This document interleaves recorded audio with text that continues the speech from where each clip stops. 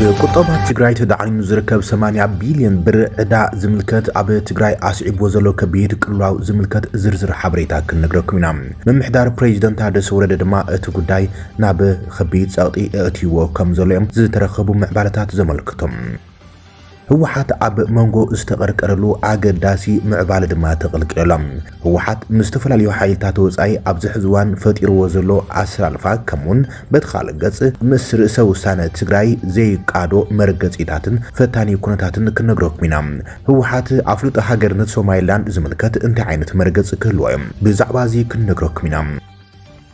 بوجن دوبات السودان إثيوبيان كبير كينات كل عكم زخل زملكت حدش تبزع وصلهم سراوي السودان تيكاب إثيوبيا يمسألو زبولو متقعتات مكلخال مدلواتو وديو ناب قدم جنبار يجسكس كمزلو حبيرلهم جبتي مس جوبتي سلسته توسختي اسم معنتات ودب جوبتي تفراري ما تباهيلهم بزعبازي اسم معنتن زباوي ترجمن كنغركمينا سراوت تشاينا مس تايوان ازيو نابز خرر وطري كم مستسغاغره يغلص علم سراوت تشاينا بليتو ابلعلي تايوان علامات زغبرم كبتي وتادراوي نطفتات يكايد كم زلم صبصبات وصملم إمارات عرب مرا أفريقيا سدتنيات محجاز زبل 8 مليون حجز كم زجبرت تحبيرلهم سلامتنا عبد زلخ ميبصحكم كبراتن فتواتن تخطات الزينات تግራይ هايزن كند غندي نطبطات زيناتنا هنا علالينكم بزرزر كنغركمنا سبسكرايب لايك شير نغبركم زيناتنا كساب موداتات تخطاتلهم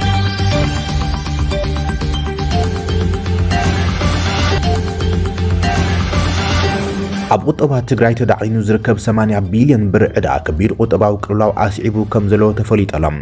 ነጋዶን ሰብሃብትን ትግራይ ካብ መንግስቲ ፌደራል እቲ ዕዳ ስርዛ ክግበረሎም ወይ ድማ ክናውሕሎም እናተማሓፀን እዮም ዘሎም ግዜያዊ ምምሕዳር ትግራይ ጸብጢ ይፈጥሩ ካብ ዘሎም ከበቲ ኣጀንዳታት ትግራይ እዚ ጉዳይ ምዃን ድማ ካብቶም ዝረኣዩ ዘሎ ምዕባለታት ምርዳእ ዝካልዮም ኣብ ዞባ ሰሜናዊ ምዕራብ ትግራይ ቀኒ ዘሎ ፕሬዚደንት ግዜያዊ ምምሕዳር ታደሰ ወረደ ምስ ነጋዶን ሰብሃብትን እቲ ዞባ ተራኺቦም ኣብቲ عرب ጉዳይ 80 ቢልዮን ብር ዕዳም ሰብሃብቲ ትግራይ ኣመልኪቶም ዘትየመሎም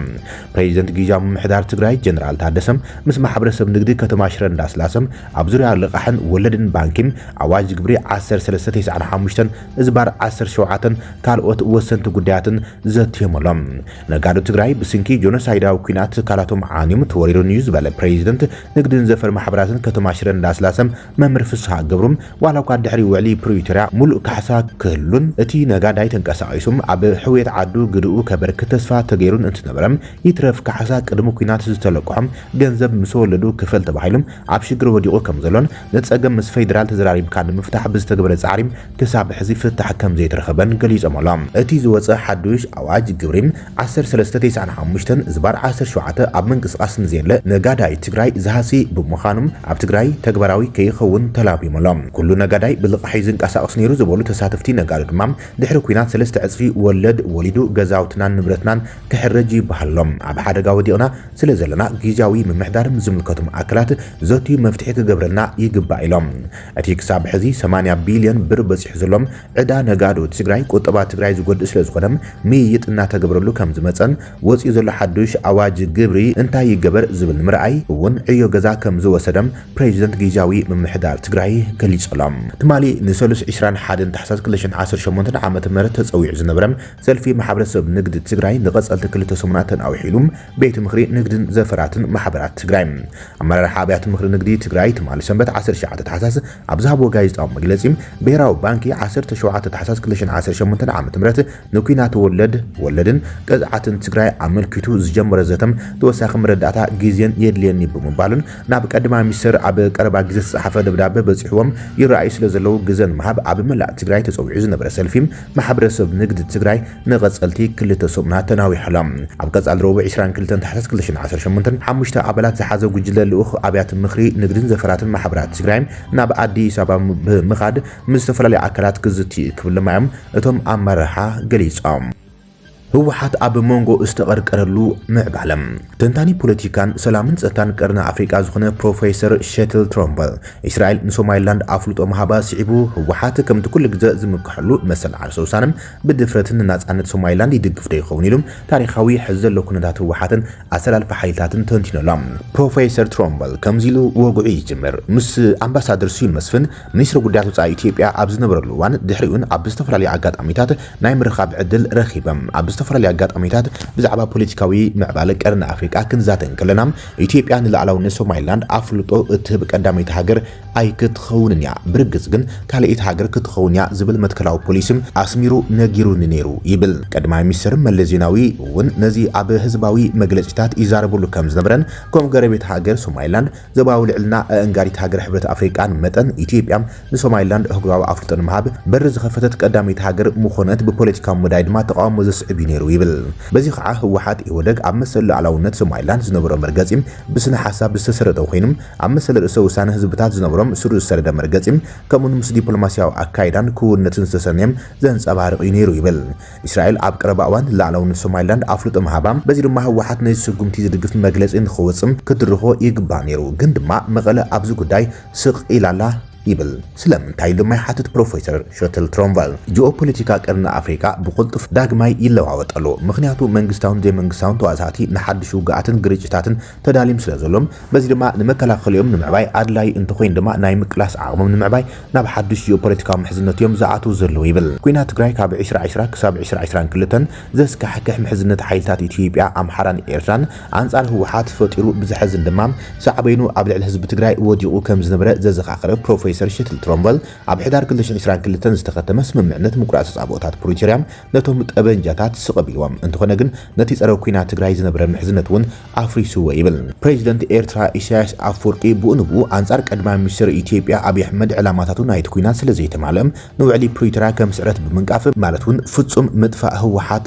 ስለዘተዓናቐፈ ተቃይሞ እዮም። ሎሚ ቀልጢፍና ንቅድሚት ቁልፍ መድያት ስምምዕነት ፕሪቶሪያ ኣብ ዘይትግበረሉን ተመዛበልቲ ትግራይ እውን ኣብ ምዕራብ ትግራይ ናብ ዓዶም ክምለሱም ተስፋ ዘይብሎም ወይ ድማ ውሕድ ተስፋ ኣብ ዘለሉ ኩነታት ኣብ ማዓስከራት ብጥሜት ይሞቱ ኣብ ዘለውሉ እዋን ህወሓት ብዓይኒ ናቶም ምስ ኣዲስ ኣበባ ክህሉ ዝኽእል ሓደስቲ ናይ ደገ ምሕዝነታት ብምትእሳር ዘለዎም መርገጺ ዳግማይ ክሓስቡ ተገዲዶም ኣለዉ ይብል እቲ ተንታኒ። ጎና ጎኒ ኢትዮጵያ ቀይሕ ባሕሪ ንምብጻሕ ባህርያዊ ወይ ተፈጥሮኣዊ መሰለ እዩ ዝብል ኣዘራርባኦም ብሱርበተኻዊ መንገዲ መልሲ ንኽረክብ ኣብ ትሰርሕሉ ዘላዋን ኤርትራ ኢትዮጵያ ዓሰብ ዝብል ኣጀንዳ ምልዓላ ዝያዳ እቲ ኩነታት ኣኺራት እያ ዘላ። ካብዚ ተበጊሱ ድማ ህወሓት ናይ ግዳማዊ ምሕዝነት ኣድላይነት ኤርትራ ኣብይ ኣሕመድ ብውሽጢ ክትዳኽሞ ዘለዋ ድሌትን ጽምዶ ተወሊዱ ሓድሽ ፖለቲካዊ ምሕዝነት ኣስመራን መቐለን ድማ ተጠናኺሩ ኣሎ ይብል። እቶም ቀተልቲ ተጻባእቲ ነበር ኣብ ሓድሽ ታክቲካዊ ምሕዝነት ኣንጻር ኣዲስ ኣበባ ብሓንሳብ ይኾኑ ከም ዘለዉ ይገልጽ። ማዕረኡ ድማ ህወሓት ምስ ሰራዊት ሱዳን ወትሩ ጥቡቕ ርክብ ነይርዎም። ኣብ እዋን ኩናት ትግራይ ብወገን ሱዳን ተዓጽዩ ዝነበረ ሰራዊት ካብ ሰራዊት ትግራይ ገለ ክፋሉም ሎሚ ኣንጻር RSF ምስ ሰራዊት ሱዳን ተሰሊፉ ይዋጋእ እዩ ዘሎ። ህወሓት ድማ ንሰራዊት ሱዳን ይሕግዙ ከም ዘለዉ እስተንታን ዘመልክት። ኤርትራ እውን RSF ንምምካት ሰራዊት ሱዳን ብምስልጣንን ንሰራዊት ብምሕጋዝን ትሰርሕ እያ ዘላ። ብኻልእ ወገን ድማ ኢትዮጵያ ብመሬት ኢትዮጵያ ኣቢላ ናብ RSF ኣጽዋራት ኤምሬት ዓረብ ንምልኣኽ መንገዲ ኮይናላ። ከምኡውን ኣብ ቤንሻንጉል ብኤምሬት ዝተወደበ ናይ RSF ማእከል ስልጠና ተእንግድ ከም ዘላ ይገልጽ። እዚ ድማ ናብቲ ናይ ህወሓት ሕንቅሊተ ይመርሰን ይብል ተንታኒ ፕሮፌሰር ሸትል ትሮምበል። መቐለ እስራኤል ንሶማሊላንድ ኣፍልጦ ንምሃብ ዝድግፍ መግለጺ እንትተውጽ ነይራ ሓደስቲ መሓዙታ ማለት እውን ኤርትራ፣ ሱዳን፣ ግብጺ ብምኽዓድ ኣብ ጎኒ ኢትዮጵያን ኤምሬትን ምተቐመጠት ነይራ። እዚ በቶም ሓደስቲ ዕሩኽታ ጽቡቕ ገይሩ ኣይምተወሰደን ነይሩ። ህወሓት ብስነ ሓሳብ ዝድረኽ ውድብ ብምዃኖም ውሳነታት ፖሊሲ ኣብ ስነ ሓሳባዊ ቅርጺ ብጽኑዕ ዝተሰረተላ እያ። ካብዚኦም ቁልፊ ጉዳይ መሰል ዓርሰ ውሳነ ህዝቢ ዝብል ኮይኖም ህወሓት ክልተ ዋጋ ዝኸፈለት ኩናት ኣብ ልዕሊኡ ኣካይዳ ኣማኢተ ሸሓት ተጋሩ መስዋእቲ ዝኸፈለሉ ጉዳይ እዩ። ካብኡ ሓሊፉ ድማ ሎሚ ንትግራይ ላዕላውነትን ሓዊሱ ጉዳይ ዓርሰ ውሳነ ኣብ ብዙሓት ተጋሩ ኣብ ህወሓትን ኪኑን ሰፊኑ ዘሎ ጉዳይ ብቐዳምነት ዝረኣዩ። ይኹን እምበር ኣብ ዘይምርግጋዕን ስጋታት ኣብ ዝረኣየሉ ኩነታትን ስነ ሓሳባዊ መትከላት ኣብ መሰውኢ ህንፀት ትራንዛክሽናል ኪዳን ይስውም። እዚ መትከል ኣብ ፖለቲካ ኣቢሲንያ ብዕምቆት ዝተሰረተ እዩ። ንንጉስ ንምምካትን ንቤተ መንግስቲ ንምቁፅጻርን ኪዳን ወይ ምሕዝነት ምስ ሓይልታት ምፍጣር ዋላ ምስ ባዕዳውያን ጸላእቲ ይኹን ብታሪኽ ኩሉ ግዜ ኣብ ኢትዮጵያ ዕብለላ ወሲዱ ለምውን ከምኡ እዩ ዘሎ ብምባል ፕሮፌሰር ትሮምበል ጽሒፉ። ሰራዊት ሱዳን ካብ ብወገን ኢትዮጵያ ይመጽንሎ ዝበሉ መጥቃዕታት ንምክልኻል ሰራዊቱ ኣብ ተጠንቀቕ ከም ዘሎ ኣፍሊጦሎም ሰራዊት ሱዳን ነቲ ካብ ኢትዮጵያ ዝመጽ ዘሎ መጥቃዕታት RSF ንምምካት ምድላዋትና ወዲእና ኣለና ክብሎ ኣፍሊጦም ሓደ ላዕለዋይ መኮንን ሰራዊት ሱዳን ንጋዜጣ ሱዳን ትሪቡን ኣብ ዝሃበ ሓበሬታ ተናሓናሓዮም ዝኾነ ቁልጡፍ ወሃብ ደገፍ ወይ ድማ RSF ካብ ኢትዮጵያ መጥቃዕታት ንምፍጻም እናተሸባሸበ ከም ዘሎ ይሓቢሮም እቲ መጥቃዕቲ ናብተን ኣብ ዶባት ኢትዮጵያ ዝርከባ ኣብ ክልል ሰማያዊ ዓባይ ዝርከባ ከተማታት ኩማን ጉሳን ዓለምም ምዃኑ ሓበሬታት ምዝበጽሖም ነዚ መጥቃዕቲ እኹል ምድላዋት ከም ዝገብሩ እቲ ወታደራዊ መራሒ ገሊጾም ብመሰረት ጸብጻባት ኣብ ደቡባዊ ምብራቕ ሱዳን ኣብ ዝርከበ ክልል ሰማያዊ ናይል ዝንቀሳቐሱ ዝነበሩ ሓይልታት RSFን መሻርክቱን ኣብ ዝሓለፈ ወርሒ ሐምለ ከቢድ መጥቃዕቲ መንግስቲ ድሕሪ ምፍጻሙ ካብቲ ከባቢ ክወጹ ተገዲዶም እዮም ይብል ጸብጻብ እዞም ዕጡቓት ኣብ ቀረባ ዝርከባ ኢትዮጵያን ደቡብ ሱዳን ብምእታው ንነብሶም ክውድቡ ከም ጸንሖም እቲ ኣዛዚ ሰራዊት ኣብሪሆም እቶም ኣብ ኢትዮጵያ ዝመደበሎም ዕጡቓት ኣብ ዝቕጽል ሰሙናት ጽረ መጥቃዕቲ ምፍጻም ምድላዋት ይገብሩ ከም ዘሎም እቲ ሓላፊ ነቲ ጋዜጣ ገሊጹላ RSFን መሻርክቱን ኣብ ዘውጽዎ መግለጺ ኣብ ክልል ቤንሻንጉል ጉሙዝ ኢትዮጵያ 4 ቦታታት ናይ ታዕሊም ማዓስከራት ተዋሂቦም ከም ዘሎም ቤንሻንጉል ጉሙዝ ምስ ግዛኣት ሰማያዊ ናይል ሱዳን ከም ዝዳው እቶም ማዓስከራት RSF SPLM ናይ ዮሱፍ ቱካ ውድብ ዕጡቓት ኦቢድ አቡሽታል ከምውን ኢትዮጵያን ደቡብ ሱዳን ክራይ ሰራዊት ዝነብሩሉ ምዃኖም ገሊጾም ላዕለዎት መራሕቲ ናይቶም ዝጠቐሶም ዕጡቓት ኣብ ርእሰ ከተማ ክልል ቤንሻንጉል ጉሙዝ ኣሶሳ ከም ዘሎም ምስ ምንጭታቱ ከም ዝረጋገጸ ወሲኹ ሓቢሮሎም እቲ ሓላፊ ወሲኹ ነዞም ዕጡቓት ዝኸውን ብዙሕ ኣጽዋር ካብ ሕቡራት ኤሚሬትስ ዓረብ ተጻዒኑ ናብቲ ኣብ ቤንሻንጉል ጉሙዝ ዝርከብ መዕርፎ ነፈርቲ ከም ዝተጋዓዘ ምንጭታቱም ኣብ ቅረብ እዋን ከም ዘፍለጥውን ሓቢሮሎም እዚ ድማ ኣካል ናይቲ ኣብ ከተማታት ኩሙን ገሳን ዝካየድ መጥቃዕታት ምድላው ምዃኑ ገሊጾም እዚ ከምዚ ኢሎም ከሎም ቴሌቪዥን አልጀዚራ ቅድሚ ሒደት ሰሙናት ኣብ ተማሳሊ ሓበሬታ ነዚ ጉዳይ ጸብጺባ ነይራ ነዚ ጸብጻብ ስዒቡ ሓደ ላዕለዋይ በዓል ስልጣን ኢትዮጵያ ንአልጀዚራ ኣብ ዝሃቦ ርእይቶም ኣብ ኣሶሳ ማዓስከር ታዕሊም ሰራዊት RSF ተፈቂደሎ ዝበሃል ኣባህላ መሰረት ዘይብሉ ብምባል ከምዚ ዓይነት ናይ ሓሶት ሓበሬታ ኣብ መንጎ ክልቲን ሃገራት ግጭት ንምልዓል ይዝርጋሕ ከም ዘሎ ዘመልክት እዩ ብምባል እዩ ገሊጹ ነይሮም ግብፂ ወደብ ጅቡቲ ንምምዕባል ሰለስተ ተወሰኽቲ ስምምዕነታት ፈሪማ ተባሂሎም ኣብ ዝሓለፈ ሰሙን ጸብጻባትና ግብፂ ወደባት ዓሰብን ጅቡትን ንምምዕባል ኣብ ስምምዕነት ከም ዝበጽሐ ተጸብጺብና ነርና እዚ ምስ ኤርትራን ጅቡትን ዝተገብረ ስምምዓት ካይሮ ብዘ ናሽናል ጋዜጣ ድሕሪ ምጾም ብማዕኸናት ዜና ዓለም ብሰፊሑ ኣዘራራቢ ኮይኑ ቀንዮም እዚ ከምዚ ኢሎም ከሎ ድማ ስነ ስርዓት ምፍራም ሓደ ካብዞም ስምምዓት ትማሊ ኣብ ጅቡቲ ከም ዝተኻየደ ተፈሊጦላ ተበስልጣን ግብፂ ትማሊ ናብ ጅቡቲ ተጓዒዞም ሰለስተ ስምምዕነታት ፈሪሞም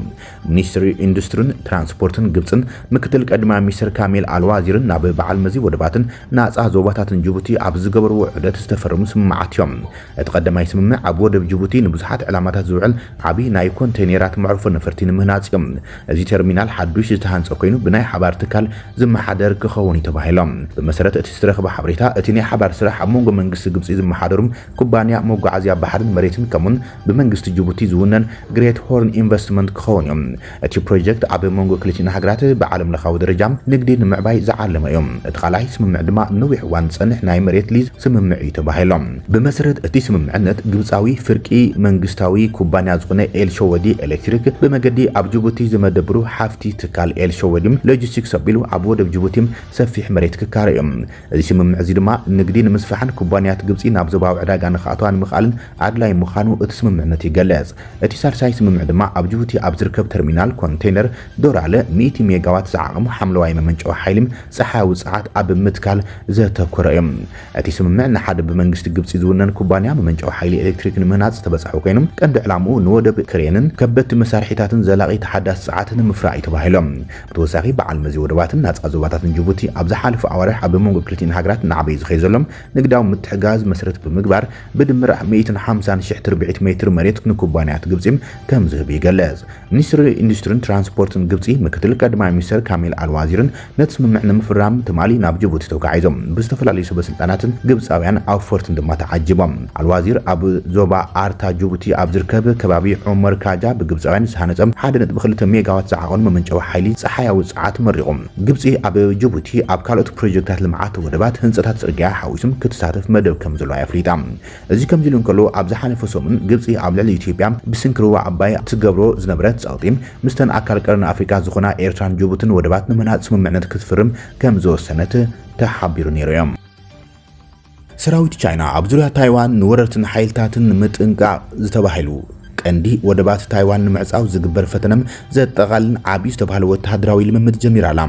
እቲ ሰንበት ዝጀመረ ልምምድ ቀጥታዊ ተኽሲ ሓይሊ ኣየር ሓይሊ ባሕርን ሓይልታት ሮኬትን ዘሳተፈ ኮይኖም ሓይልታት ርእሰ ምክልኻል ታይዋን ኣብ ዝደለዎ ምላሽ ሰራዊትን ኣጽዋርን ክዋፍር ከም ዝደረኸ ተገሊጸሎም መበገሲ እቲ ወጥሪም ቤጂንግ ዝወሰደቶ ስጉምቲ ኣሜሪካ ንታይዋን 11.1 ቢልዮን ዶላር መሸጣ ኣጽዋር ድሕሪ ምጽዳቃን ጃፓን ቻይና ንታይዋን እንትዳ ኣጥቂዓም ሰራዊት ጃፓን ጣልቃ ከኣቱ ከም ዝኽእለቶም እዮም ቤጂንግ ታይዋን ከም ኣካል ግዛኣታት ቆጽራ ኣዳይ እንትኮን ድማ ብሓይሊ ክትቆጻጸራ ምዃና ቃል ኣትያላ በመሰረት ምብራቃዊ ትእዛዝ ሰራዊት ቻይና ሰራዊት ኣብ ሰሜን ደቡብን ምዕራብን ታይዋን ክእከብ ጸኒሑን ኣብ ምድርን ባሕርን ኢላማታት ምምሳል መጥቃዕቲ ከም ዘካይደ ፍሊጦም እቲ ፍትሓዊ ተልእኾ 2025 ዝብል ስያመ ዝተዋሃቦም ልምምድ ሎምሶን ዝቐጸለ ኮይኑ ንቐንዲ ወደባት እታ ደሴት ንምዕጋት ነታ ደሴት ንምኽባብን ዝግበር ልምምድ ዘጠቓልል እዮም ወሃብ ቃል ሺ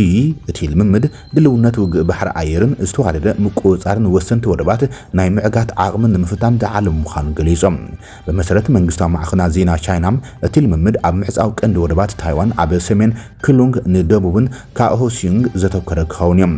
ታይዋን ተግባራት ቻይና ብትሪ ኣኩኒናቶም ወሃቢት ቃል ፕሬዚደንት ካረን ኮም ቻይና ንህጉራዊ ሕጊ ዝጥሕዝ ወተሃደራዊ ምልዓል ብምዃን ቤጂንግ ነዚ ዘይሓላፍነታዊ ምልዓል ብቕልጡፍ ደው ክትብላ ፀዊዓ ታይዋን ሚኒስትሪ ምክልኻል ታይዋን ኣብ ዝሓለፈ 24 ሰዓታት ክልተ ነፈርቲ ውግእ ቻይና 11 መራኽብን ኣብታ ደሴት ክዛወራ ከም ዝረኣያ ብምግላጽ ሰራዊት ታይዋን ኣብ ልዕሊ ንቕሓት ከም ዘሎን ቁልጡፍ ምላሽ ንምሃብ ድልው ምዃኑ ገሊጾም እቲ ሚኒስትሪ ክሳብ 300 ኪሎ ሜትር ርሒቑ ዝርከብ ዒላማታት ክወቅዕ ዝኽእል ኣብ ኣሜሪካ ዝስራሕ ስርዓት ሮኬት ሃይማርስ ሓዊሱም ዝተፈላለዩ ኣጽዋር ዘርኢ ቪድዮም ብምዝርጋሕ ድልውነቱ ኣርኢሎም እዚ ልምምድ ቻይና ድሕሪ 2022 ንሻድሻይ ዓብዪ ወተሃደራዊ ልምምድ ምዃኑ ተንተንቲ ይገልጸሎም ቻይና ነቲ ልምምድ ወጻኢ ሃገራት ብፍላይ ኣሜሪካን ጃፓንን ግጭት ኣብ ዝፈጠረሉ እዋን ንታይዋን ሓገዝ ከይገብራ ንምክልኻል ነቲ ልምምድ ክትጥቀመሉ ከም ዝሓሰበት ንፈለማ እዋን ብግልጺ ክትገልጽ ምዃና ተንተንቲ ይገልጹም ተንታኒ ክራይሲስ ግሩፕ ዊልያም ያንግ ንኣልጀዚራ ኣብ ዝሃቦ ርእይቶም እቲ ልምምድ ሰራዊት ቻይና ኣብ ሓፂር ግዜ ዘመናዊ ኣጽዋር ናብ ስትራቴጂካዊ ቦታታት ናይ ምውፋር ዓቕሙ እናዓበየ ይኸይድ ከም ዘሎ ዘርእዩ ይብል ኢማራት ዓረብ ንምብራቅ ኣፍሪቃ ስደተኛታት ንምሕጋዝ ንምጥንኻርን ብዝብል 8 ሚልዮን ዶላር ሓገዝ ክትገብር ቃል ኣትያ እግራዊ ትካል ረድኤት ኢማራት ዓረብ ኣብ ምብራቅ ኣፍሪቃን ዝርከቡ ስደተኛታት ምድጋፍ ምስ ቤት ምክሪ ስደተኛታት ኖርዌይ ናይ ምትሕባር ስምምዕ ፈሪሞም እቲ ስምምዕነት ኣብ ኢትዮጵያ ኡጋንዳን ካልኦት ዞባዊ ሃገራትን ዝርከቡ ስደተኛታትን እንገቲ ማሕበረሰባትን ምድጋፍ ሓዊሶም ብግጭት ዝተሃሰዩ ህዝብታት ተበጻሕነት ሰብኣዊ ሓገዝ ንምስፋሕ ዝዓለመ እዩ እቲ ስምምዕ ኣብ ኖርዌይ ኣምባሳደር ኢማራት ዓረብ ፋጢማ ካሚስ ሳሌም ካልፋን አልማዝሮም ኣብ ኤጀንሲ ረድኤት ኢማራት ዓረብ ዋና ዳይሬክተር ደገፍ ሎጂስቲክስ ራሺድ ሳሊም አልሻምሲም ከምኡን ያን ኤግላንድ ዋና ጸሓፊ ቤት ምክሪ ስደተኛታት ኖርዌይ ተረኺቦም እዮም በመሰረት ስምምዕነት ኢማራት ዓረብ ኣብ ምብራቅ ኣፍሪቃ ስደተኛታት ዘእንግዳ ሃገራት ብቐንዱ ኢትዮጵያን ኡጋንዳን 8 ሚልዮን ዶላር ሰብኣዊ ሓገዝ ክረኽባ ምዃነን ገልፍ ቱደይ ጸብጺበሎም